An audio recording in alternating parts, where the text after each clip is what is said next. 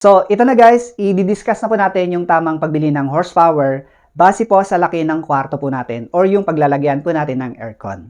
Pagka ang room po natin or yung kwarto na paglalagyan natin ng aircon is nasa 12 square meter po yung laki, ang tamang horsepower po na split type aircon ang bilhin po natin is 1 horsepower po. And then next guys, pagka yung room po natin, ang laki is nasa 13 to 16 square meter, ang tamang horsepower po na bibilin po nating split type aircon is 1.5 horsepower po.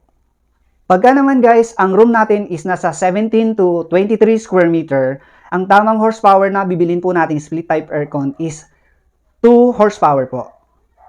And then guys, next is pagka nasa 24 square meter to 30 square meter yung laki ng room po natin, ang tamang horsepower na split type na bibilin po natin is 2.5 horsepower po.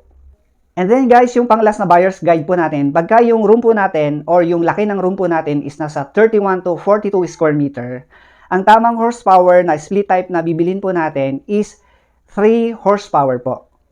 So guys, ang pinakamadaling paraan kung paano natin malaman kung ilang square meter yung kwarto po natin is yung susukatin natin by meter yung haba at lapad ng ating kwarto. So example guys, yung haba po ng ating kwarto is 4 meters and then yung lapad niya is nasa 3 meters. So, ita-times mo lang po yun. Example, 4 times 3, so equals 12. So, 12 square meter po yung laki ng ating kwarto. So guys, ano ba dapat yung mga i-consider natin pagka bibili po tayo ng split type aircon? Consider natin guys yung heat load na tinatawag pagka bibili po tayo ng aircon sa ating room. So, number 1 is ilang tao ba yung matutulog sa room na paglalagyan natin ng aircon. Pangalawa, ilang ilaw po ba yung gumagana? Pangatlo guys is may mga appliances po ba sa ating kwarto? Like for example, yung ref.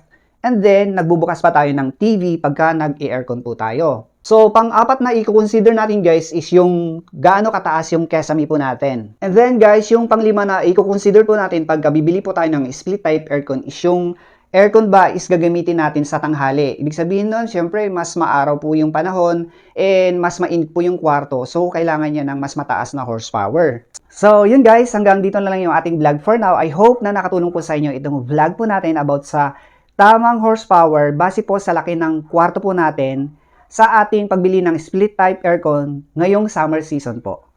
Bye!